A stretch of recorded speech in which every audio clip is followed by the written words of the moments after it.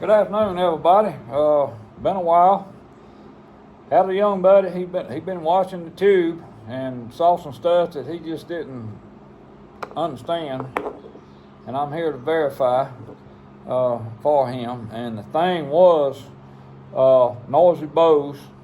Speaking of traditional bows now, noisy bow, noisy arrow, and the answer to that is yes. I've seen some bows that sound like a train wreck when the string was released on them and all that, and not getting into too much detail and being a bowyer, or at least I used to be. It's been a while now since I built a bow, recurve or long bow. The limbs have to be timed. All right, and back in old school thinking was you throw the bottom limb out of tiller if somebody was going to shoot 3 under. In other words, the arrow with all 3 fingers under the arrow versus being split 1 finger above. I found out through a friend of mine named Gene Sanders, who was a expert bowyer, that if you tiller the limbs on a long bow and or recurve equal, then either person, the 3 under person or the split finger person, can shoot that bow, and it was absolutely true. Every one of my bows except one are tillered that way.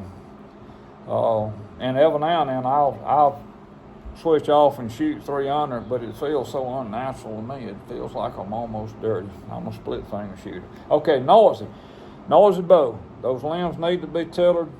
Some bows are just inherently bad design, parallel laminations that's going to every time you shoot them. The guy that's on the I actually watched the video. The guy on the video, and you got to watch these boob tube, folks.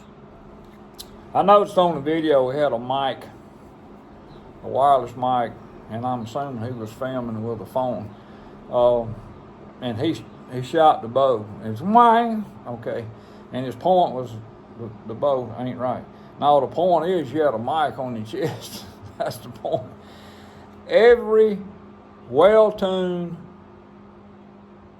to arrow, string silencers, or whatever. I got a bow I hunt with that never had a string silencer on it. But either way, they're gonna go thump. If it don't go thump, it's because you have not let the string go. Now, there are bows out there. I've seen some of these Chinese sweatshop bows that go whang when you shoot them. Okay, no good for hunting. Okay, if you're having fun with it, that's cool.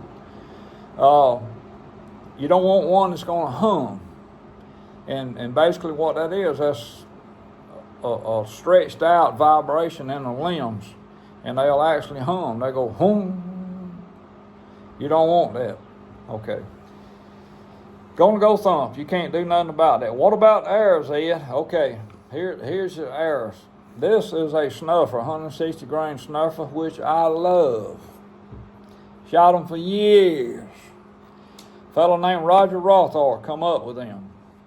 But you notice they got vents, right?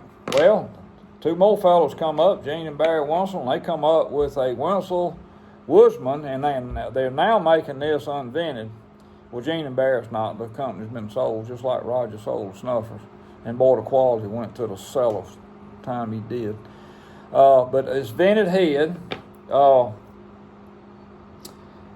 Even some store-bought stuff. Don't y'all tell nobody you seen this in my hand, but some store-bought, they vented.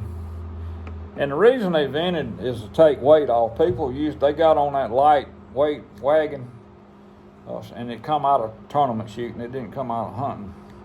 But either way, if you got a vented head, and it don't matter if you're shooting an aluminum, this is 2216, and I want you to look at the fletching. Can you see that fletching? How it's heated? If you look down that shaft, let me turn it this way. If you look down that shaft, you can see the twist that's on that. And this is a left parabolic, high back parabolic. All right, now when I say high back, let's compare. This is a high back, and this is a not so high back. Okay, 5 inch here, 5.5 inch there. Okay, so Ed, what's the deal on that? Well, I could go out here and show you, but I'm not. You just have to take my word for it. I'm an honest fella. I go out there and shoot that. I love the way it looks. It's like Ted Nugent say, the mystical flight of the arrow. You gotta love Ted. Okay, I draw back and I shoot this thing. This high back parabolic's gonna catch wind. This broadhead up on the front of it is gonna be spinning, and it's gonna have some turbulence around that head as it goes through there, and it's gonna make noise. Okay. Same thing is true if you were to put this head on an arrow that has not got the high back parabolic. It's got the right, but you in the same setup. Now, the twist on this is not as strong as that, so it's going to be quieter. It's going to be quieter. Being a carbon arrow ain't got squat to do with it. Being wood wouldn't have squat to do with it. Okay, Ed, I understand that. That makes a little bit of sense. Maybe you telling the truth. The truth will set you free. And I've been free a long time. Here's Ed stuff. This right here is a solid 2-blade Magnus. I think this is 140 grain. Okay. On this arrow. Even set up like this, nothing to catch air up here, low fletching back here, it still will make a little bit of noise. But here's the trouble. Here's the trouble. You get your bow tuned to whatever arrow you're gonna shoot. Okay. Then you have to tune those arrows. All right, now, can you imagine a broadhead that wasn't tuned? It'd be like shooting a crooked bullet. You don't know where it's going, okay? Well, how do you take care of that, Ed? This is all part of my arrow tuning. This is a broadhead alignment jig. I would suggest you get one. Most people will just say, take it and spin it. And if it spins true, you're good to go. Well, that's better than not. But I want to show this with you. I want to show you this broadhead jig right here. You can see that little hole. And then it's got notches. See those notches that the arrow lays in? Well, you lay that arrow in there, and you done put a field point on here, and you want to zero this, and I have. Now, I slide that arrow down, and it stays true in that one spot. It just spins true, okay? If you slid that arrow down in there, and it missed, if you slid it in there and it actually hit this target, and then you turn the arrow, say 180 degrees, and it jumps out that hole, you got a misaligned broadhead. Same thing. Even if you got store-bought heads, let's take this store-bought head on here. I should say store-bought prepackaged, and we'll put it on here. Just because you bought some gee whiz bang, very expensive, $60 for 3 broadheads, that does not mean that they are perfectly aligned on that adapter that screws in your arrow. You better check them. You better check them. If you don't, you're going to shoot an animal and your arrow's going to go whoop. Okay. Stick it on here. Stick it in on the target, spin it. It stays in the target.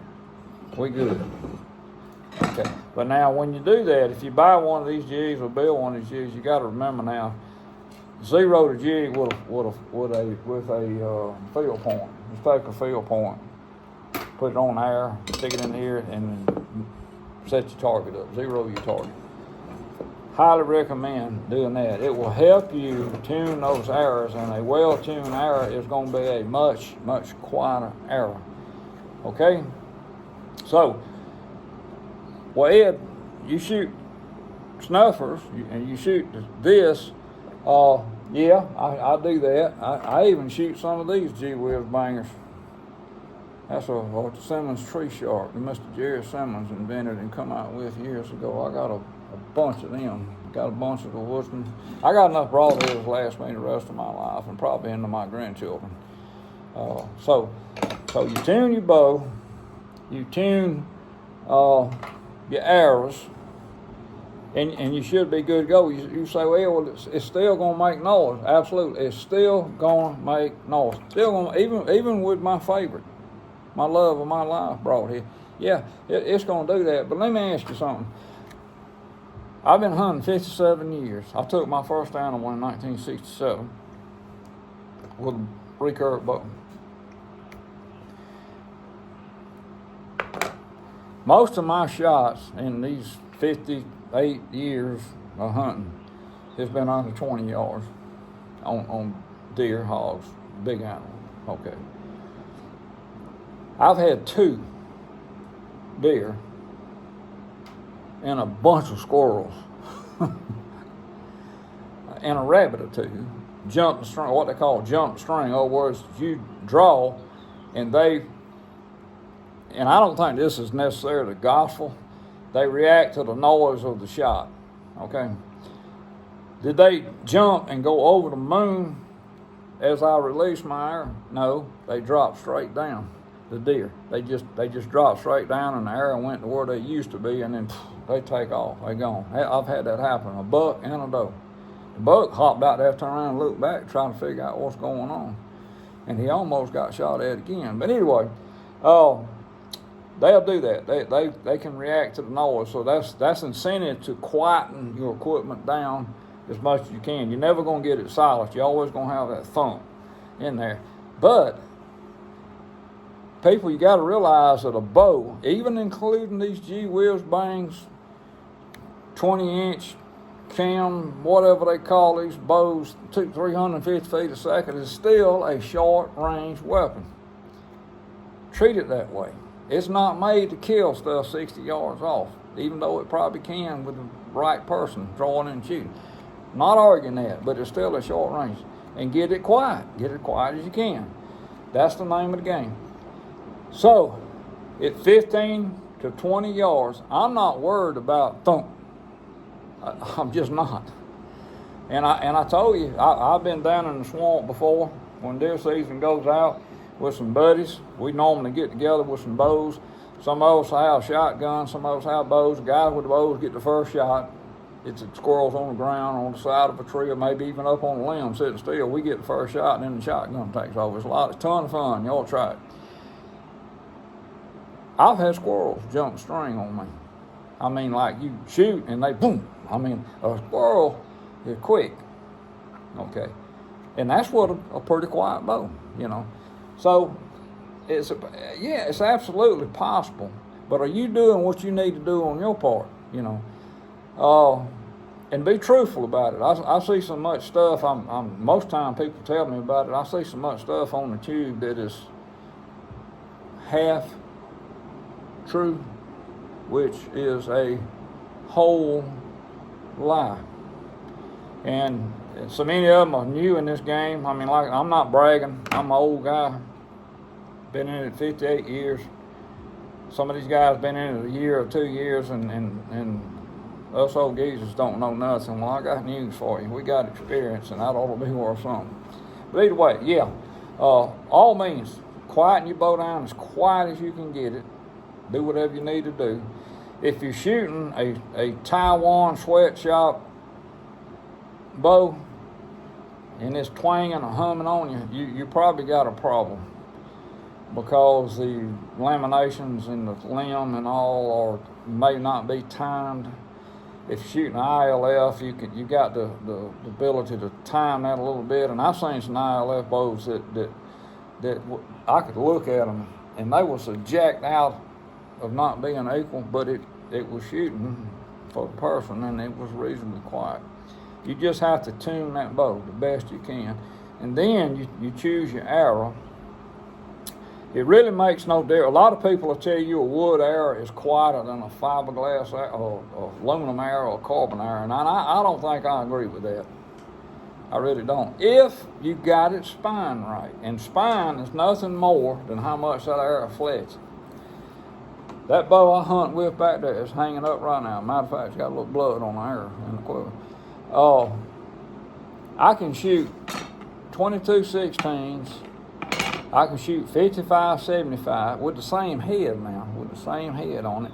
I can shoot 21-17 aluminums, and I could probably get away with shooting 35-55 carbons, and I get away with shooting wood arrows. And the wood arrows that I shoot out of that bow are full length. They're almost 32 inches long, 31 and something. Single barrel taper, or they tapered on the point end, and they fly just as true with a 140 grain broadhead on the front of it as these do. And the only reason I can do that is everything has been tuned, and it's quiet. It only goes thump when I shoot. Okay.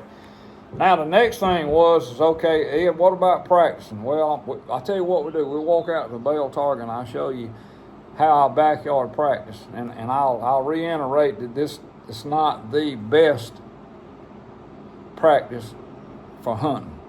There's another little secret on that. But I've enjoyed being with you, so just stick on. We're going to walk out here to the target and everything. Be blessed. We'll be back in just a second. All right, guys, here we are at my bale target, and you'll notice on that side there's a tennis ball, and on this side there's a little, I guess they call them a wiffle ball. It's a golf ball, a plastic golf ball. Well, Ed, why do you do that? Well, I'm going to tell you why I do that. You can get out here, your backyard, if you're going to be a hunter, your backyard is the worst place in the world to practice for a hunting situation. You really need to take a judo point and go in the woods, down a dirt road, something, and shoot at stuff, just random stuff. Because in your mind, you in a backyard situation where you're pounding a target butt all the time, you get kind of acclimated to that, and you actually think you're a better shot than you really are. Trust me on that. Yeah, I do it. I do little trick shots and all that kind of stuff. But over here, if you look over here, I got a pile of dirt, and that is actually I shoot broadheads into that, and judo heads and stuff. And I walk around the yard. I'm fortunate. I got a big yard. Got some pecan orchards, got some woods, some wood lots that I can shoot in. But that's better for hunting practice. And I just give you a little story. It gets back to aim small, having a small target. We were walking on the WMA here a few months ago, and I reached down and picked up a pine cone, and it was a weed sticking up, and I went over and broke that weed and stuck that pine cone on there, and the guy that's with me, I said, okay, I said, shoot that. No. I said, hit that. And it was about 18, 20 yards, y'all. I said, hit that pine cone. He missed it by 1.5 feet. And I have seen this guy in his backyard, and he can shoot the fire off a candle in his backyard. But when you change environments, and see, that doesn't even weigh in the thumpity in your chest when a hog or a deer walks up. So you better off to practice out there. Backyard, absolutely. Tune your bow, tune your broadheads, tune all that kind of stuff before you go. But when you get out there, and I tell people all the time, the guys that are successful hunting with a traditional bow, that are very successful, there's 2 or 3 things that you'll see that they have in common. One, footwork. They cover some ground. Scouting, looking, figuring, looking at sign, looking at funnel, all kinds of stuff. Footwork. A lot of miles, wearing out leather. And the next thing that you'll see them do, they have an uncanny ability to switch into predator mode. You know, our eyes on the front of our head. God made us that way. So we predators. You know, we looking, watching, figuring. Of course, he gave us dominion over animals, so we ought to be able to outthink an animal in most cases. But anyway, those 2 things I think are predominantly what you will find in very successful traditional bow hunters. Footwork, wearing out leather, and they switch. That's what reason I don't carry a camera with me on a lot of my outings and all that, because I've hit that mode and everything is tuned, especially since my hearing has got so weak. Everything is tuned to where I'm at and what I'm doing.